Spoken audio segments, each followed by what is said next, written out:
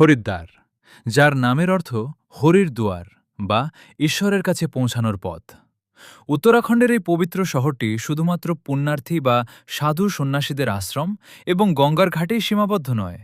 এর প্রাণস্পন্দন লুকিয়ে আছে এখানকার শতাব্দী প্রাচীন ও বৈচিত্র্যময় বাজারগুলোর মধ্যে। হরিদ্বারের বাজার কোনো সাধারণ বাণিজ্যিক এলাকা নয়।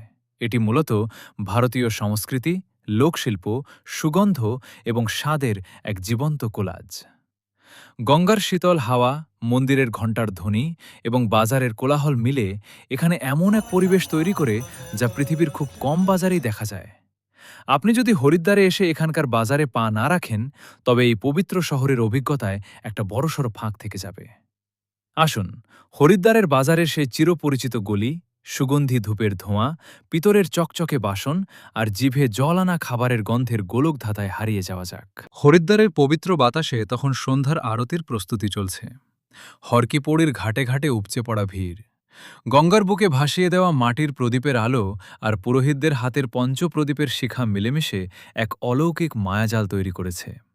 কিন্তু এই চেনা আধ্যাত্মিক আবহ ছাড়িয়ে ঠিক তার সমান্তরালে জেগে ওঠে অন্য এক হরিদ্বার, চঞ্চল, মুখরিত আর হাজারো রঙের মেলা। সেই হল হরিদ্বার বাজার। তো প্রিয় দর্শক, আমাদের ভিডিওগুলো আপনাদের যদি ভালো লেগে থাকে তাহলে অবশ্যই লাইক, কমেন্ট ও শেয়ার করে অন্যকে দেখার সুযোগ করে দেবেন। আর চ্যানেলটিকে সাবস্ক্রাইব করতে ভুলবেন না কিন্তু। জয় মা গঙ্গে।